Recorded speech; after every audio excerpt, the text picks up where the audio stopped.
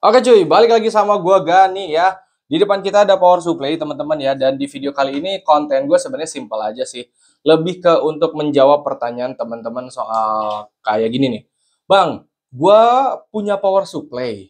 Gue mau tahu nih dia nyala atau enggak. Tapi gue belum ada motherboard, bisa nggak? Itu pertanyaan pertama. Terus pertanyaan kedua adalah kayak, Bang, kok ini power supply pada saat gua colok, dia nggak muter sih kipasnya, apakah power supply gue rusak?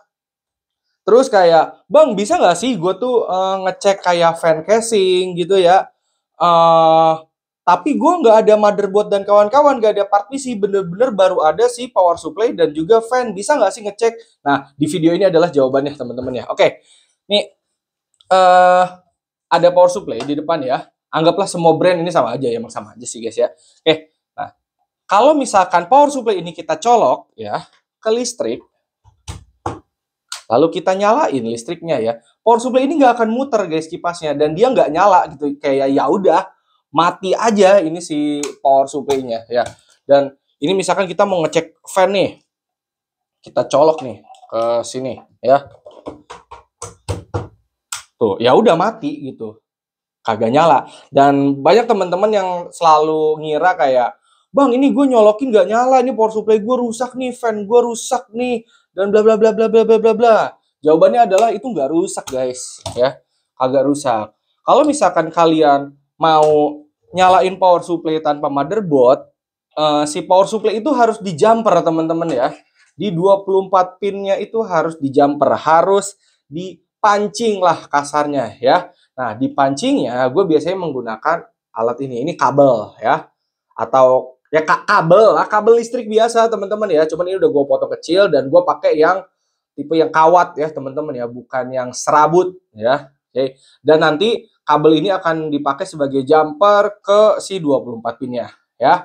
Ini kalau misalkan kalian beli power supply terjangkau, kalian nggak akan dapat jumper terpisah kayak gini guys ya. Biasanya kalau misalkan kalian beli power supply yang harganya mahal gitu ya, kayak ini nih contoh si Sonic tuh ya, dia akan dapat jumper tersendiri. Jadi kalian bisa ngecek si power supply-nya. Jadi misalkan nih, lu beli power supply si Sonic, lu dapat nih jumpernya nih. Jadi lu tinggal pasang kayak gini ya.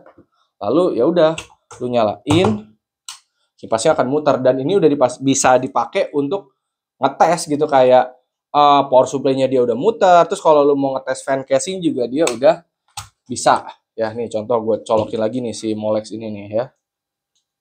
Nih. Oh ya, dia akan nyala tuh.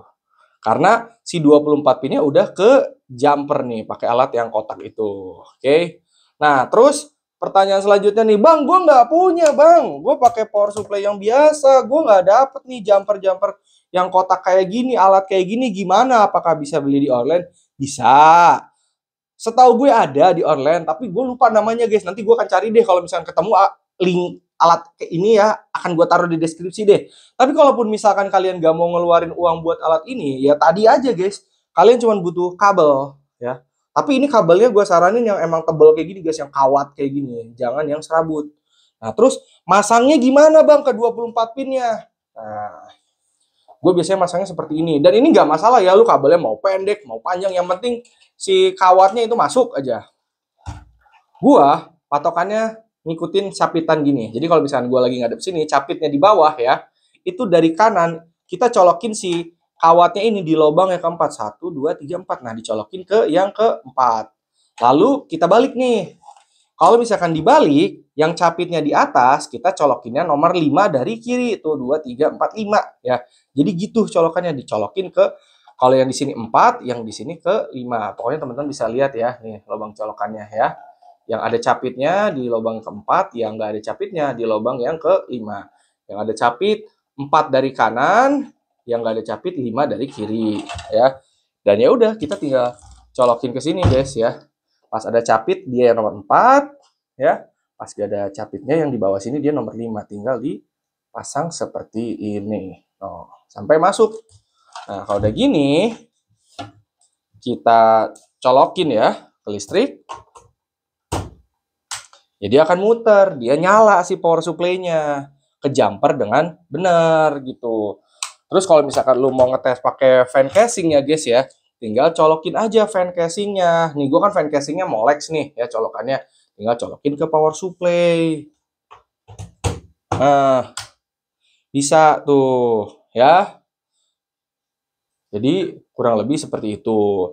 Terus bang, kalau misalkan gue mau ngetes fan casing gue yang ARGB gimana? Misalkan colokan yang punya gue tuh dia 4 pin fan-nya, bukan Molex kayak gini. Kalian ini harus beli splitter terpisah guys, kayak gini yang ini SATA tuh 4 pin.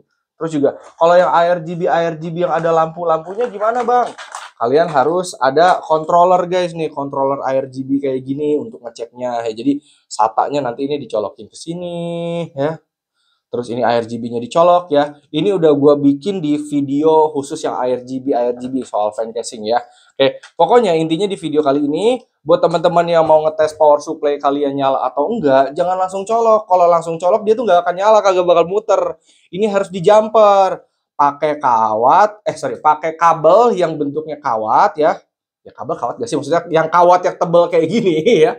Kabel yang kawatnya tebel kayak gini atau enggak pakai yang alat jumpernya khusus kayak gini guys ya, dan ini dua-duanya sama aja, sama-sama berfungsi ya. Oke, kurang lebih begitu ya teman-teman ya. Jadi jangan kaget kalau misalkan pas lagi nyolokin power supply kok nggak nyala, itu bukan rusak, emang harus di jumper aja kalau mau nyala. Oke, segitu aja, hatur nuhun, terima kasih dan thank you, semoga bermanfaat.